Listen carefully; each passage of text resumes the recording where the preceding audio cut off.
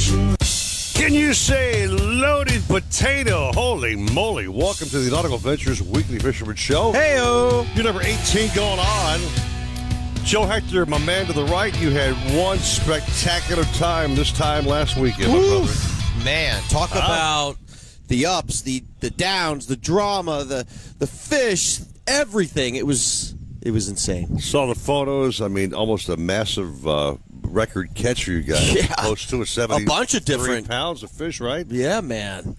Over 77 pounds for the winner. And we'll talk about who that is. We've got so much coming up. Sean Rolls, who won the tournament, our great friend Sean Rolls. Yeah. We're giving you this extra time today, okay? Yeah. Tyler O'Neill. Oh. Dude caught a swordfish. If you guys are brand new to the show and haven't heard about the news, he caught a swordfish in a kayak. And In the tournament. He was so calm. Yeah. Just like, yeah, it's tail wrapped and, we're chilling. I'm going to let him go. People got to understand, this guy caught a keeper swordfish on a Johnny Jig in like 200 to 300 feet of water. Yeah. And he caught it on one of Johnny's like jigging rods, which is insane. Unassisted, unhelped. Yeah.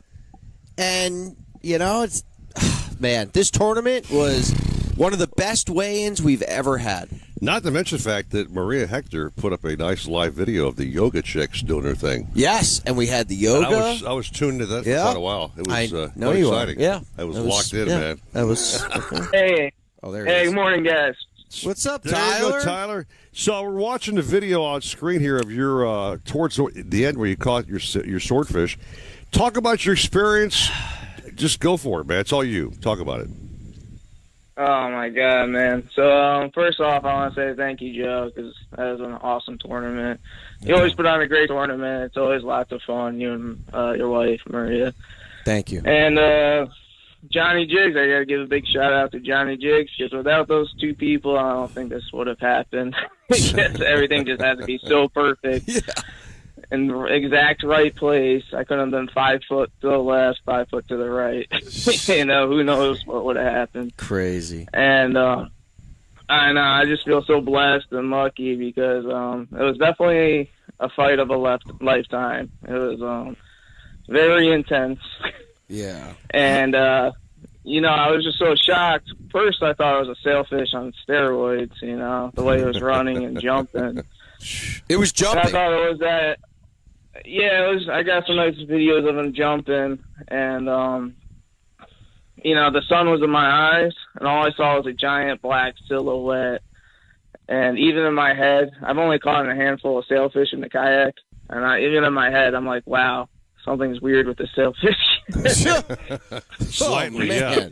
Now, so this fish is coming up, right? And I saw the video. You're saying, is that a sailfish? You're talking to some other boat, I guess, and just trying to figure out what the fish was. Yeah. And he's got this swordfish on with a Johnny Jig, right? Its mouth. Yep. And then, I guess, as you're going on, it got tail wrapped. Well, wait. First, how deep were you?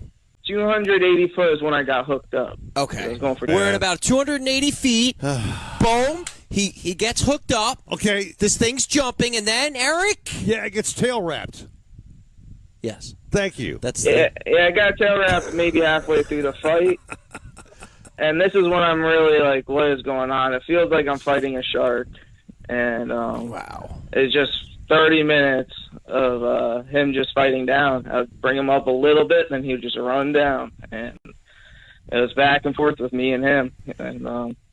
And I'm not 100% sure what it was until I touched that bill. That's amazing. Yeah, it feels like a sword. It's sharp. And I'll tell you one thing. Yeah, I didn't know how flat they were. Yeah. And at first, I was like, is this a marlin? I cut that part out. We've got until he popped his head up, and I touched his bill, and that's when I knew this was a swordfish. And I was in shock mainly. I wish the folks on 940 the radio could see we're seeing on the Facebook stream live with them grabbing that bill of that swordfish. But I think the coolest part of the story was he didn't dispatch this fish, Joe. He actually unwound the tail wrap. Right. And took the Johnny Jig out of its mouth, and he let that fish go on its way. Yeah. And grow bigger and happier. Yeah, man. It was a 100-pound fish approximately, so it could have been a keeper sword. Yeah. And could have been. My man here let him go. Yeah, man. How about that? So yeah, I'm happy with that decision. I was 100% sure with the rules and regulations at the time. I know that since it was state waters, I was allowed to keep him. Mm-hmm.